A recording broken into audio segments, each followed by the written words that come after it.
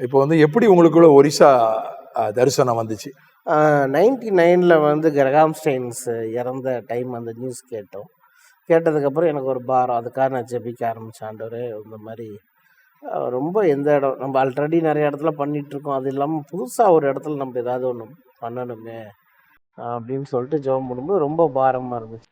இது ஒரு இதை இமோஷனலில் நம்ம ஒருத்தர் இறந்ததுனால நம்ம ஒரு இமோஷனலில் என்றைக்குமே முடிவு எடுக்கக்கூடாது அப்படின்ட்டு 99ல் இருந்து ப்ரேயர் பண்ணிகிட்டே இருந்தேன்.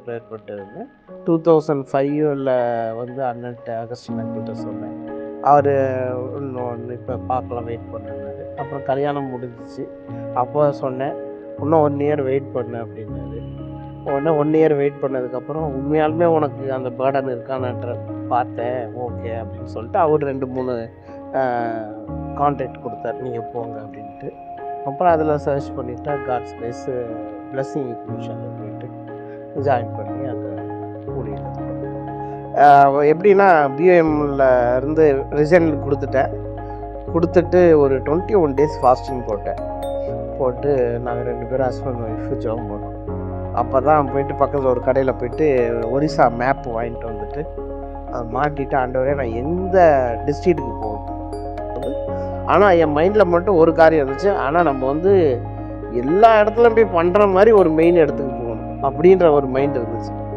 அப்படி பண்ணுவோமா இல்லையானலாம் எனக்கு தெரியாது, பட் என் மைண்டில் அப்படி இருந்துச்சு. அதனால் யோசித்தேன், நம்ம அந்த எந்த ஊரில் இருக்கோமோ அங்கேருந்தே ட்ராவல் பண்ணி போகணும் நம்ம அப்படின்ற மாதிரி இருக்கணும் அப்படின்னு நினச்சி பிளான் பண்ணதான். அப்புறம் ஜெபம் பண்ணும்போது சம்பல்பூர் தெரிஞ்சிச்சு. எங்கள் ட்ரெயின் இருந்துச்சு, பஸ் ஃபெசிலிட்டி எல்லாம் ஒன்று இருந்துச்சு.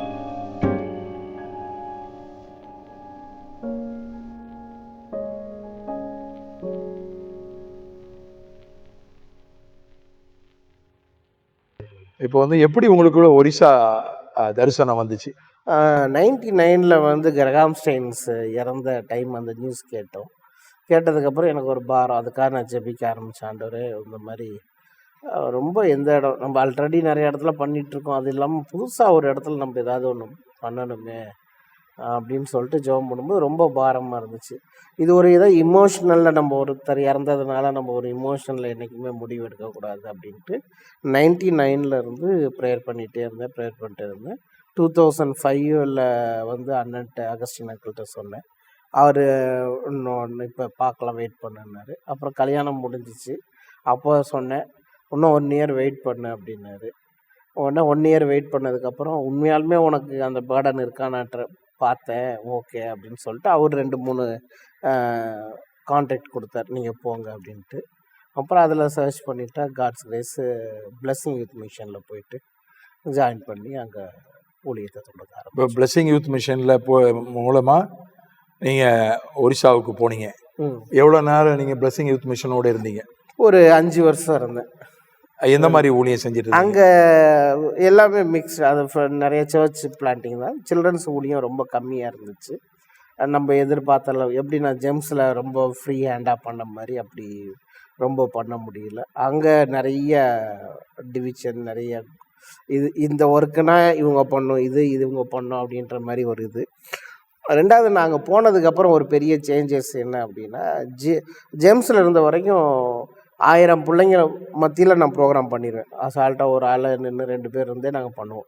அதை அப்படியே பண்ணி பழகியாச்சு. பட் அங்கே போனதுக்கப்புறம் தான், பிஓஎம்மில் போனதுக்கப்புறம் தான் ஊழியத்தில் எனக்கு ஒரு அடுத்த சேஞ்சு, இல்லை அடுத்த லெவல்னு கூட சொல்லலாம். அங்கே போனதுக்கப்புறம் நீங்கள் ஊழியம் பண்ணுறீங்க, எங்களுக்கு கற்றுக் கொடுங்க அப்படின்றத அவங்க எதிர்பார்த்தாங்க. அதுக்கப்புறம் தான் ட்ரைனிங்கிற ஒரு மைண்ட் செட்டுக்கே நான் வந்தேன், ட்ரெயின் பண்ணணும்னு. அதுக்கப்புறம் தான் நோட்ஸ் ப்ரிப்பேர் பண்ணி பவர் பாயிண்ட் பண்ணி அதுக்கப்புறம் இந்த டீச்சிங் லைனுக்குன்றது அப்போ தான் நான் மாற ஆரம்பித்தேன். அது வரைக்கும் எனக்கு மைண்டில் இருக்கிறதெல்லாம் நம்ம ஊழியம் பண்ணுன்றது தான் இருந்துச்சு. ஒரிசாவுக்கு போனதுக்கப்புறம் தான் பிஏஎம்மில் தான் அவங்களுக்கு எதுவுமே தெரியாது, அட்லீஸ்ட் நீங்கள் எங்களுக்கு கற்றுக் கொடுங்கன்னு சொல்லும் போது தான் இந்த ஒரு நெக்ஸ்ட் லெவல்னு கூட சொல்லலாம். என்னோடய மினிஸ்ட்ரியில் அது ஒரு மாறிச்சு. எனக்கு டீச்சிங் லைன்றதுக்கு வர ஆரம்பித்தேன். அது வரைக்கும் நான் பண்ணேன். நீங்கள் எந்த இடத்துல இருந்தீங்க பிஓஎம்மில் இருக்கும்போது? ஒரிசாவில் ஜெய்ப்பூர்னு சொல்லிட்டு, கோரப்புட் ஜெய்ப்பூர்னுவாங்க. அது அங்கே தான் 5 வருஷம் இருந்தீங்க? அங்கே ஒரு 1.5 வருஷம் இருந்தேன். அதுக்கப்புறம் உமர்கோட்னு சொல்லிட்டு அங்கே ஒரு 3.5 வருஷம் இருந்தேன். அப்புறம் அங்கே இருந்துட்டு அவங்க சில்ட்ரன்ஸ் மினிஸ்ட்ரி ரொம்ப பண்ணாததுனால, அதுக்கு ரொம்ப ஸ்பேஸ் இல்லாததுனால நான் அப்புறம் ரிசைன் பண்ணிவிட்டு அப்புறமேட்டுக்கு நான் சம்பல்பூர்னு சொல்லிட்டு ஒரிசாவில் நார்த் ஒரிசா. அதில் நானும் ஒய்ஃபு பிள்ளைங்க எல்லாரும் அங்கே கிளம்பி வந்துட்டோம். இப்போ உங்களுக்கு பீகார்ல இருந்தப்போ ஹிந்தி கற்றுக்கிட்டீங்க, ஒரிசால போய் ஒரியா மொழி ஒரியா கற்றுக்கிட்டீங்க. கற்றுக்கிட்டேன். இப்போ ஒரியா மொழி தான், ஒரியா மொழியில தான் நீங்கள் ஊழியம் செய்வீங்க. ஆமாம், ஒரியா எழுத படிக்கலாம் கற்றுக்கிட்டீங்க. பேசுவேன் நான். ஒய்ஃபு எழுத படிக்கலாம் ஒன்றும் நல்லா தெரியும். Okay okay. ஏன்னா ஏற்கனவே வேற ஒரு மொழியில போய் ஒரு மொழியை கற்றுக்கிட்டு அப்புறம் இன்னொரு மாநிலத்துக்கு போய் அந்த மொழியை கற்றுக்கிறது கொஞ்சம் கஷ்டமான விஷயம் தானே? ஆமாம், ரொம்ப கஷ்டப்பட்டேன் நான் ரொம்ப. ஏன்னா ஹிந்தியில் பேசினாலே எங்களுக்கு புரியுது, ஹிந்தியை பேசுங்க அப்படின்ட்டுருவாங்க. ஏன்னா அது ஒரு மேஜர் லாங்குவேஜ் ஹிந்தி இல்லை, அதில் பேசினாலே எங்களுக்கு புரியுது, நீங்கள் ஹிந்தி அப்படின்னு அதை இக்னோர் பண்ணி பண்ணி பண்ணி நான் கற்றுக்கிற டைம் ரொம்ப லாங் ஆயிடுச்சு. இப்போ ஒரிசாவில் வந்து ஹிந்தி இருந்தால் போதும், ஹிந்தி இருந்தாலும் ஓரளவு மேனேஜ் பப்ளிக் பிளேஸ்ல ஹிந்தி பேசினாலே போதும்.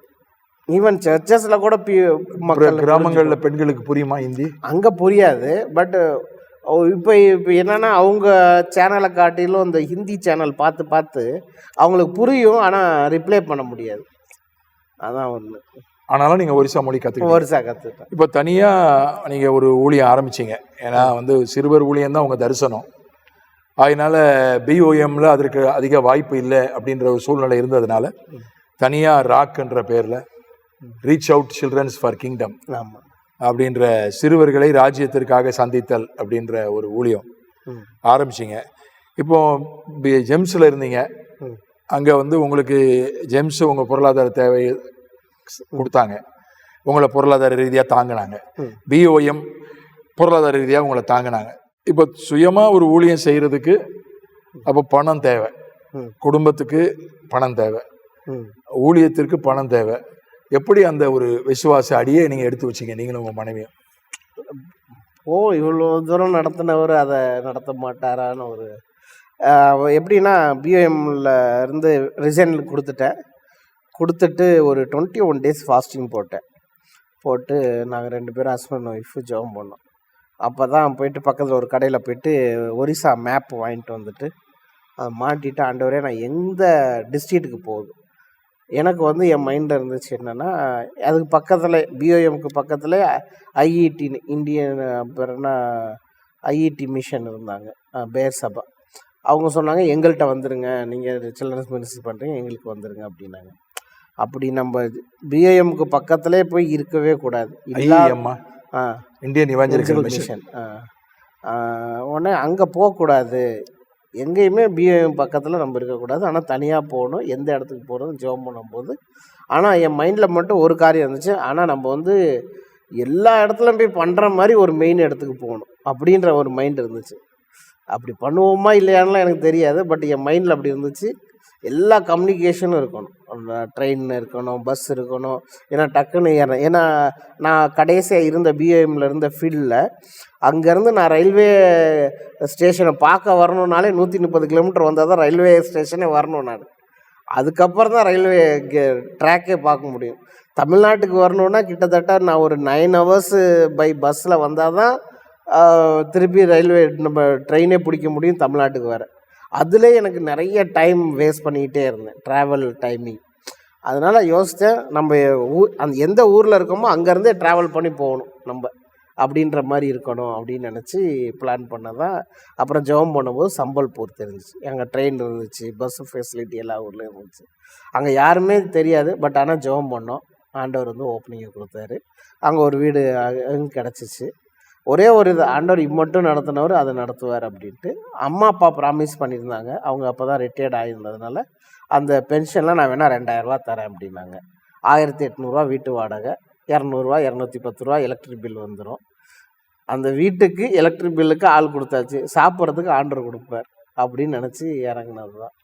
இம்மட்டும் ஆண்டவர் எப்படி ஆண்டவர் நடத்தினார் ரொம்ப அதிசயமாக. எவ்ரி டைம் நிறையா நாளில் என் ஒய்ஃப் வீட்டில் இருக்க இந்த சில்லற காசுலாம் எடுத்தெல்லாம் நாங்கள்லாம் ரன் பண்ணியிருக்கோம் வீட்டை. ரொம்ப அந்த ₹1 ₹2 சில்லற காசு தான் எடுத்துகிட்டு போய் தான் வாங்கி தான். ஏன்னா அந்த வீக்லி ஒன்ஸ் அந்த ஹாட்டோன்னுவாங்க, அது என்ன சந்தை, அதில் வாங்குறது தான். அப்புறம் அடுத்த சந்தைக்கு வரணும், அதில் அந்த இதில் வாங்கி இருக்கிறத வச்சு அப்படியே மேனேஜ் பண்ணி ஓட்டிக்கிட்டே இருந்தோம். அப்படி ரொம்ப நாள். ஒரு தடவை ஒரு சின்ன இன்சிடெண்ட்டு, ₹900 இருக்குது என் பாக்கெட்டில், அதுதான் அந்த மந்த்து ஓட்டணும். திடீர்னு பார்த்தா அதை ஒருத்தன் பிட் பாக்கெட் அடிச்சிட்டான். தோற்றுறோம். அதில் டிரைவிங் லைசன்ஸு எல்லாமே போயிடுச்சு. ஏடிஎம் ஒன்றுமே இல்லை. அவ்வளோதான். அந்த எனக்கு அழுவையாக வருது, அடுத்த எப்படி பண்ண அப்படின்ட்டு. ஆண்டவர் அதுக்கப்புறமும் நடத்தினார் இம்மட்டும். அதுக்கு தாண்டி இப்போ வரைக்கும் ஆண்டவர் நடத்திட்டே இருக்கிறாரு. அப்படி ஒரு பெரிய ஒரு இது. இப்போ நீ உங்க கூட குழுவினர் கொஞ்சம் பேர் இருக்காங்க. எவ்வளவு பேர் உங்க உடன் ஊழியர்கள் இருக்காங்க? இப்போ ஒரு 12 பேர் கூட இப்போ ஊழியர். 12 பேர் இருக்காங்க. 12 பேருக்கும் நீங்க அவங்களுக்கும் உதவி பண்ணணும். ஆமாம், பொருளாதார ரீதியா அவங்களுக்கு மாசம் மாசம் உதவி தொகை கொடுக்கணும். கண்டிப்பாக கண்டிப்பாக. உங்க ஊழிய செலவுகளும் இருக்கு, ஆமாம் உங்க குடும்ப செலவுகளும் இருக்கு. இது எப்படி சந்திக்கப்படுது? ஏதாவது மாதாந்திரம் தாங்குறாங்களா? ஆமாம் ஆமாம். ஆண்டவர் கிருபையால் அதுக்கப்புறம் வெளியில் வந்ததுக்கப்புறம் 12 வெளில வந்தோம். 13 அதாவது நான் சொன்னோம் கிரகாம் ஸ்டெயின்ஸு அவரோட மறிச்சதுக்கப்புறம் தான் நம்ம வந்து அந்த ஊழியத்துக்கு நான் வரணும். நான் ஃபஸ்ட்டு உங்கள்கிட்ட சொன்னேன்.